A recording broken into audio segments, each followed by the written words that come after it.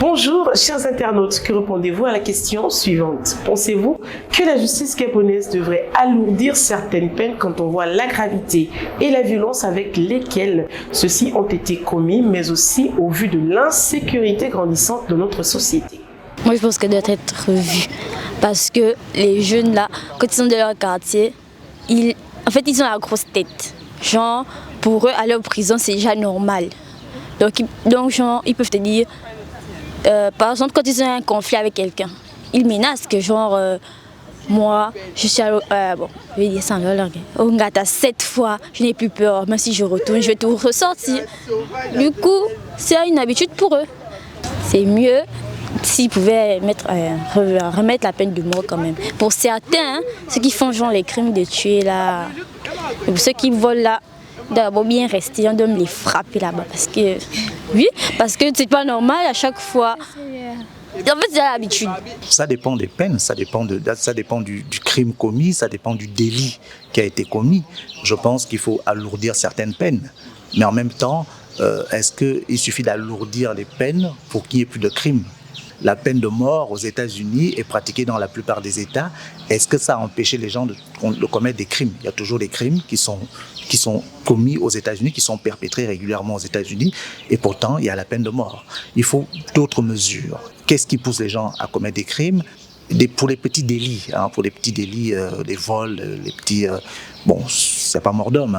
Je pense qu'il faut effectivement mettre des sanctions, certes, mais en même temps, il faut des mesures d'accompagnement. Et en même temps, il faut permettre aux gens, il faut occuper les gens. Je pense que ce qui amène les gens à devenir délinquants, c'est parce qu'ils n'ont peut-être pas l'occupation. Voilà. Est-ce qu'il faut créer des centres de formation? Ça occupe certains, ça les détourne de la rue. Est-ce qu'il faut créer plus d'écoles? Ça détourne certains de la rue. Est-ce qu'il faut créer plus d'emplois? Ça détourne certains de la rue. Je pense qu'il y a tout un ensemble de choses. Mais pour des crimes extrêmement graves, notamment des crimes de sang, effectivement, là, il faut revoir les choses.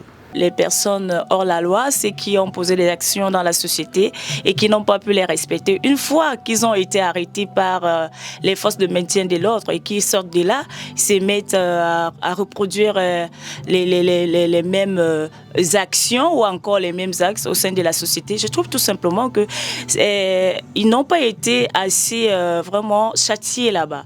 Vous voyez, si les mesures aussi, si tu as posé une action néfaste et que tu es bien sanctionné, je ne pense pas que tu pourras encore en reproduire. Il faudrait vraiment qu'il y ait une éducation morale et puis une sanction aussi physique, parce que l'être humain, c'est aussi ça, il faut châtier un peu.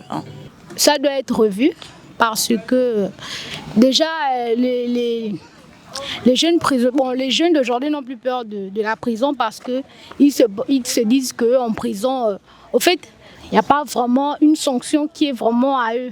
Parce que là-bas, ils sont nourris, au fait, la nourriture est gratuite et c'est pas vraiment...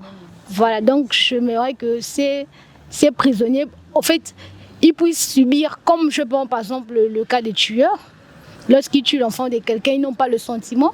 Voilà, lorsqu'on les attrape, je ne vois pas l'importance qu'ils aillent en prison. Normalement, on doit leur sanctionner comme ils ont tué.